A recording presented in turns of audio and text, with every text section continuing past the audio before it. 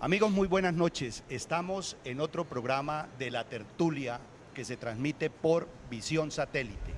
Hoy, regocijados, estamos de plácemes por tener un invitado de lujo, un invitado importantísimo para la ciudad, para el departamento y para este país, como es el doctor Germán Villegas. Doctor, muy buenas noches. Buenas noches, Leonidas. Buenas noches. Sí. Qué oportunidad tan importante para hablar de los temas del país, para hablar de esta dinámica social, económica y política que asiste a la nación colombiana. Recientemente hemos tenido realmente algunas diferencias con el gobierno venezolano por algunas intromisiones, por el talante del presidente Hugo Chávez, fundamentalmente al decir las cosas sobre Colombia. Es muy importante que abramos esta conversación realmente frente a ese tópico de las diferencias con nuestro país hermano, Venezuela. Una feliz noche a todos. Me siento muy complacido por esta invitación a esta tertulia, que tan buenos amigos la alientan. Hernando Giraldo es un periodista y un hombre dedicado a la cultura. Qué bueno que él transmita esos conocimientos que tiene a toda la audiencia y a toda esta comunidad que está deseosa, obviamente, de información, de progresar y de estructurarse mejor. Y Leonidas Pino, compartir con él es un verdadero estímulo, porque se trata de un valor sustantivo de las nuevas generaciones, vinculado a la Santiago de Cali, y ha hecho más de un escarceo en la difícil ciencia o también arte y práctica de la política. De modo que muy a gusto estoy aquí, Hernando, y naturalmente como vamos a conversar sobre el tema que hoy es muy crucial, muy espinoso, muy complejo, de las relaciones con nuestro hermano país, de otras cosas, el que con más frontera tenemos, una frontera muy dilatada, muy prolongada. Y además de eso es nuestro socio comercial, después de los Estados Unidos, el más importante. Yo quiero refrescarle a los oyentes que nos están oyendo y nos están viendo unas cifras que nos ubican mucho en el plano de las relaciones bilaterales, sobre todo en materia comercial y económica. Hay que recordar que el año pasado Colombia exportó 4.000 millones de dólares, 1.000 millones en alimentos. Los otros 3.000 millones en mercaderías y artículos elaborados, manufacturados. Esto es muy importante porque buena parte de las exportaciones, que justamente son productos exportaciones no tradicionales, se hacen a Venezuela. Por eso cualquier fricción y cualquier bajo y cualquier desestabilización en la balanza comercial con Venezuela traería serias consecuencias a nuestro crecimiento y a nuestra producción. Por eso nosotros hacemos fervorosos votos porque estas relaciones, que son con el gobierno, porque aquí lo dijo muy bien al iniciar Hernando Giraldo, de ninguna manera se trata de antagonismos o distintas maneras de ver las cosas con el hermano pueblo de Venezuela, sino sí, de un gobierno que todos conocemos cuál, para utilizar el mismo calificativo, la misma denominación de Hernando, todos conocemos el talante del señor Chávez, que nosotros lo hemos definido como un megalómano, una persona que delira, una persona que tiene unas ansias y unas ambiciones de poder extralimitadas, que tiene una chequera muy voluminosa, pero tiene una gran paradoja y una gran contradicción. Hay mucho petrodólar, pero allá en las tiendas escasean de los artículos de primera necesidad.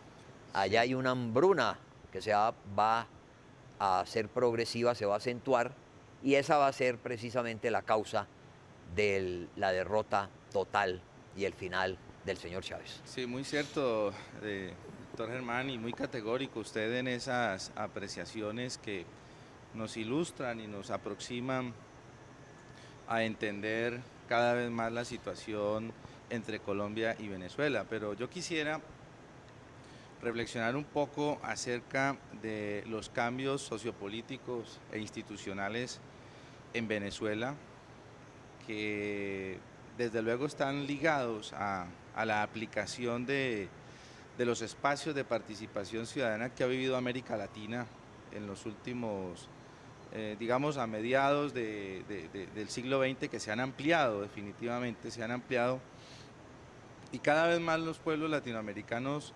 asumimos esa contienda con los gobiernos para abrirnos esos espacios de participación ciudadana, pero que a la postre en algunos países esta dinámica pues ha generado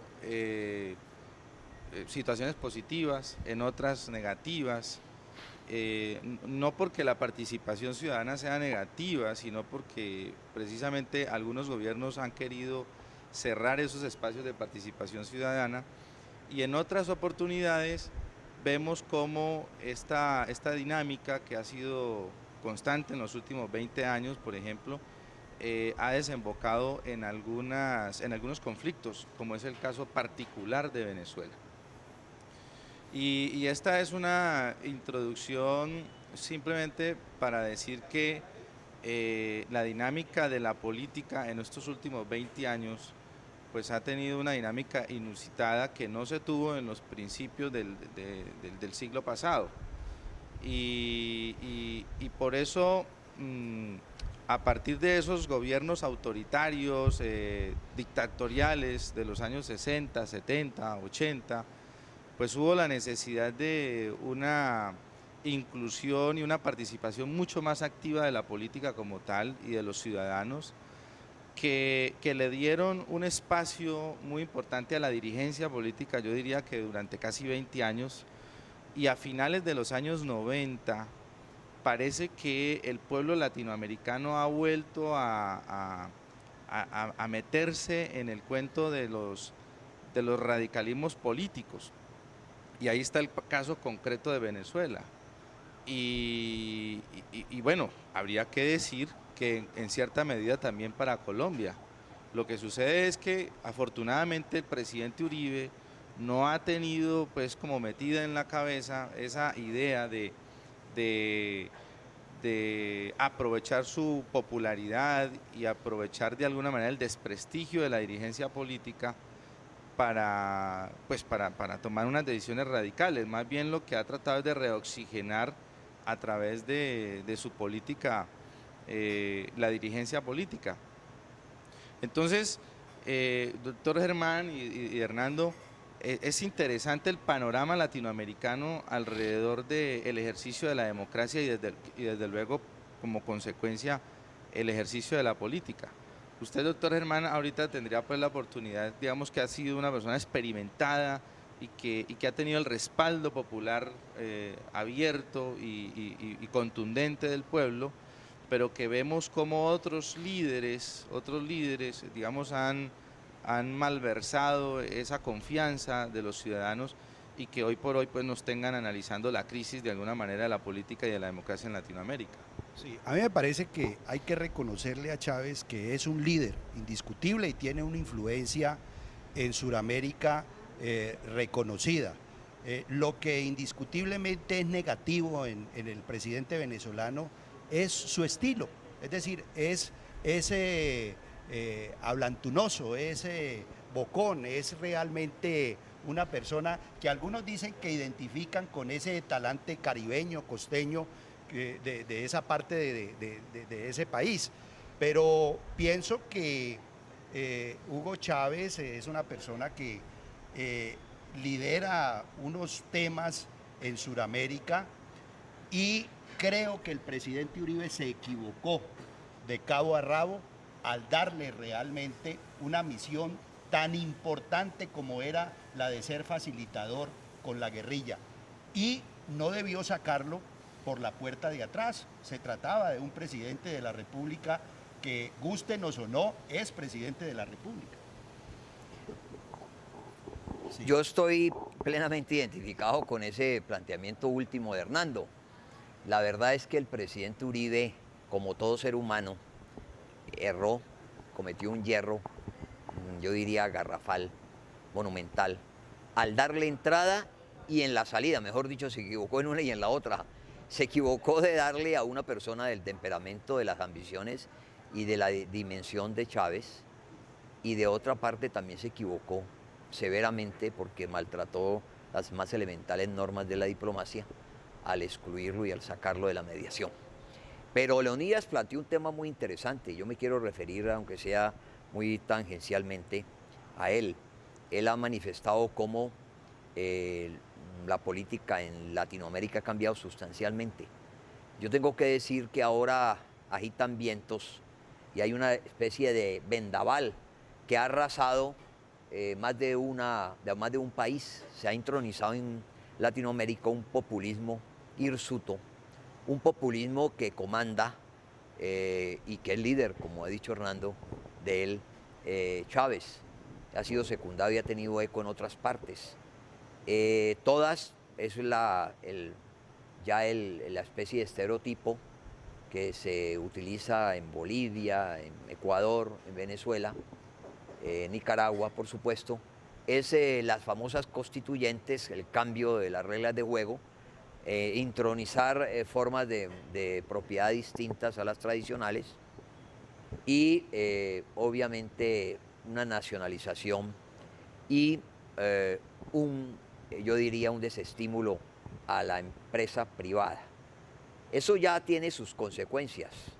Yo no voy a proclamarme ni amigo de lo uno ni del otro, pero ya tiene sus consecuencias. El control de precios, el control de cambios y el desestímulo a la propiedad privada en Venezuela ha llevado a que la producción venezolana esté en unos límites muy bajos, o sea, haya decaído notoriamente, y por eso es que esa nación tiene que importar la mayoría de sus productos, empezando por los más elementales que hacen parte de la canasta familiar, como la leche, la carne y los huevos.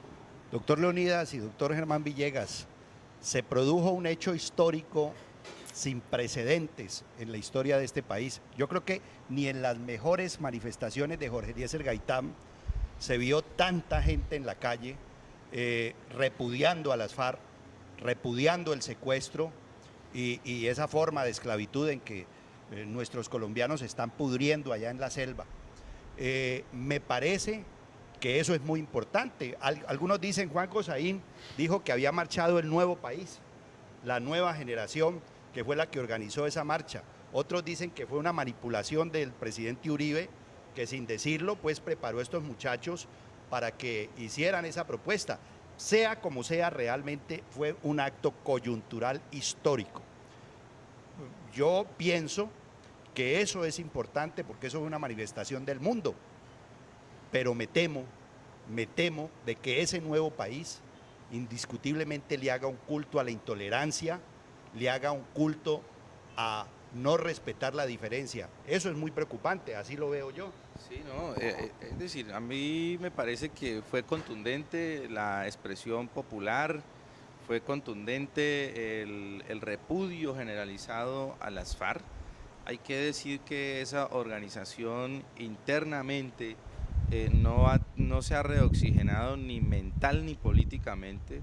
Allí ya se ha impuesto el criterio únicamente guerrerista y eso pues desde luego hace que los efectos de la marcha, los efectos positivos que uno esperaría de la marcha en términos de reacciones por lo menos humanitarias por parte de las FARC pues no se avisoren a corto plazo. Sin embargo, coincido con Hernando y hay que resaltar el papel de los jóvenes que se convocaron a través de Facebook y que a través de ese portal web lograron convocar y de incentivar al resto de colombianos a participar en esta protesta. Es claramente importante que el país entre en una cultura de la protesta, doctor Germán, independientemente de que en esta oportunidad sea para protestar en contra de fenómenos violentos como el secuestro y todos los vejámenes en los que incurren las Fuerzas Armadas en Colombia, sino que también en el futuro podamos convocarnos a protestar por lo que a través de políticas públicas podemos considerar injustas para los ciudadanos, que atenten a su integridad, que atenten a sus elementales condiciones de existencia. Mira, Hernando manifestó aquí que esa marcha no tiene antecedentes en cuanto al número en la historia del país, pero yo le agregaría algo, no solamente la cantidad, sino la manera como se hizo, la calidad de la marcha. Porque ustedes recuerdan, él citó a Gaitán, los políticos como él y otros congregaban en las plazas públicas muchísima gente, pero iban en actitud pasiva, no con la actitud verdaderamente activa de los marchantes o de los manifestantes del pasado 4 de febrero. Allí ustedes vieron que ellos no iban a oír a nadie, ni iban a escuchar ningún planteamiento, ni ninguna directriz se les iba a dar. Ellos salieron con unas consignas, salieron a expresar su repudio, como ha dicho muy bien Leonidas, unánime, radical, enfático, concluyente, contundente, a la manera como actúa las FARC.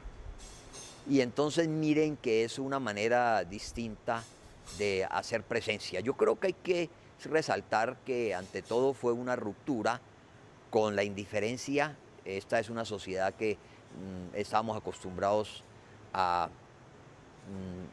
no participar, anestesiada, insensible ante fenómenos tan graves como la de los compatriotas privados de libertad en cautiverio injusto.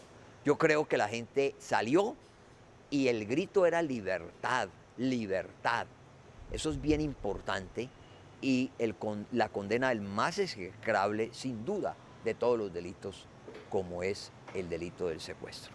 Maestro Germán y doctor Leonidas, hay un nuevo gobierno municipal y un nuevo gobierno departamental. El gobierno municipal ha arrancado con muchas críticas, está el problema de los ejidos, el problema de la vivienda. El gobierno municipal ha dicho que la vivienda hay que incentivarla desde la perspectiva de la propiedad horizontal, de que no toca los ejidos. El gobierno departamental, en cambio, ha incursionado con mucho éxito, con mucho dinamismo, con mucha imaginación, y hay que reconocerle al doctor Juan Carlos Abadía que a pesar de su juventud temprana, pues es un hombre que está bien asesorado y está bien orientado porque le está planteando cosas importantes de desarrollo al departamento. Ese sería un bonito tema para tocarlo, doctor Villegas, en este programa. Sí, Hernando, me parece que debemos decir que los nuevos gobiernos que se instalaron el 1 de enero, elegidos por una votación importante el 28 de octubre pasado, pues están abriéndose paso, están en la tarea difícil de organizarse. Empezar es una tarea compleja, pero yo tengo que señalar y compartir lo aquí ya enunciado por Hernando. El gobierno municipal que preside el doctor Jorge Iván, me parece que en principio se ha equivocado, aunque entiendo que él ha prometido hacer revisión de las decisiones relativas y atinentes a la construcción de vivienda. Yo creo que las fórmulas de desarrollo de los ejidos, explotar y aprovechar ese patrimonio, yo diría invaluable, que tenemos los caleños, como es esa propiedad ejidal de todos, la propiedad del municipio, me parece que es un desatino y nosotros no nos podemos dar el lujo de negarle la vivienda al destechado a los más pobres que requieren con urgencia esa solución. Si hay algo que anhela el hombre, recordémoslo, es la vivienda. Y yo suelo repetir a cada paso, y lo repito aquí, es que el ciudadano verdaderamente adquiere esa categoría no cuando le dan un papel que se llama cédula en la registraduría del Estado Civil, sino cuando lo acreditan como propietario en una oficina que se llama el Registro de Instrumentos Públicos y Privados. Cuando tiene escrito el título de propiedad, es ahí donde es verdadero ciudadano.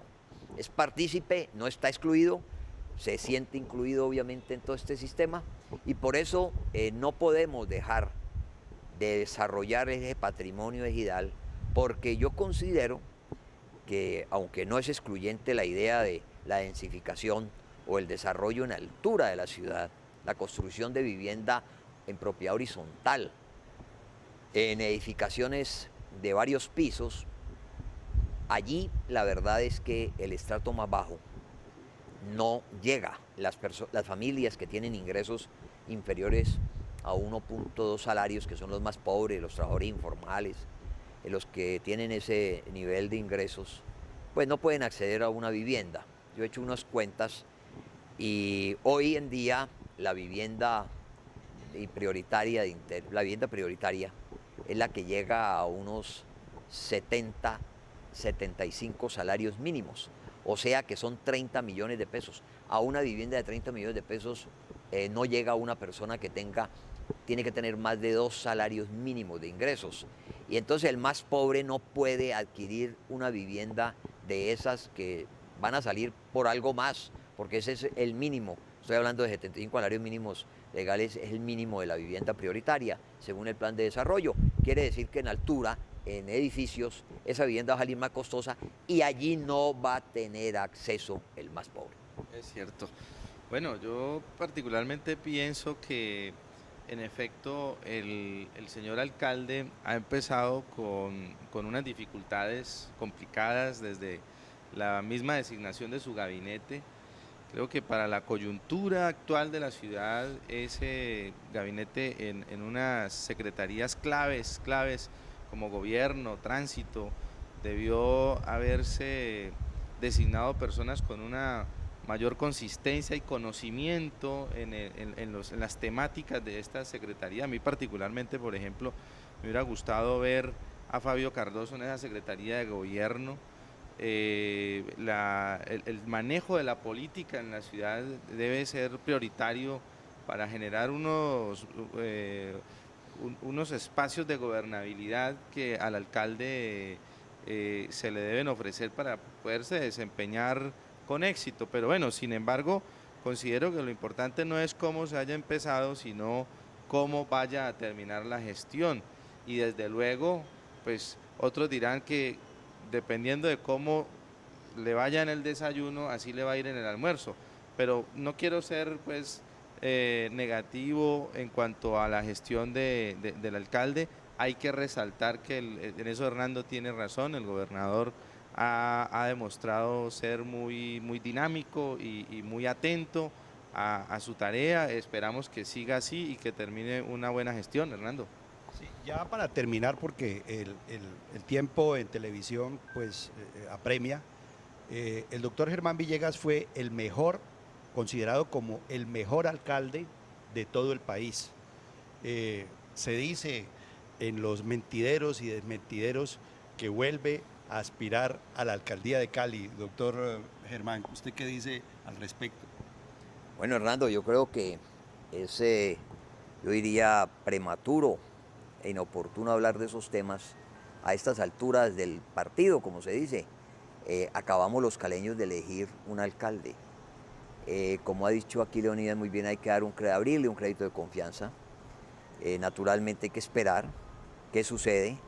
Y yo le quiero decir que a mí se me propuso insistentemente por distintos sectores, particularmente la clase empresarial que ve en peligro serio de sucumbir la ciudad y que ya afecta inclusive a sus propios intereses. Mira el sector privado preocupado, que no lo hacía antes, pero ahora obviamente como le tocaron sus intereses, sí se preocupa. Ellos manifiestan que Cali se ha vuelto inclusive invivible, que aquí no viene la gente a trabajar. La gente, por ejemplo, que ellos tienen en las transnacionales o en otros países, no aceptan venir a Cali, porque Cali se nos dañó como vividero, digámosle una vez por todas. Entonces, esa es una ciudad en franca fractura. Entonces, a mí se me propuso, por distintos sectores, que en vez de irme para el Senado, acometiera la tarea de recuperación de la ciudad. La verdad es que me parece que aquí, y hay que hacer un replanteamiento en ese sentido, aquí se entregó todo.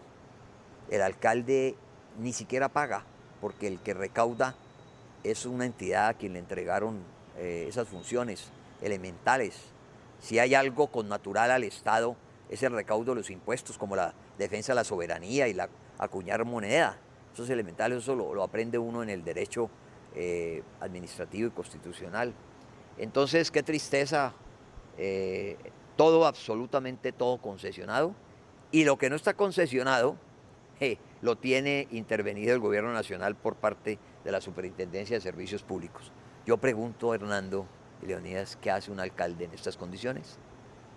Bueno, amigos televidentes, hemos llegado al final de la tertulia con una participación muy importante como la del honorable senador de la República, es gobernador del departamento, el doctor Germán Villegas. Le agradecemos infinitamente su asistencia a este programa, doctor. A ustedes, Germán. Hernando, ha sido un verdadero gusto estar con Leonidas y Hernando compartiendo esta tertulia. Leonidas, muy buenas noches. Muy buenas noches, amigos televidentes. Hasta la próxima semana.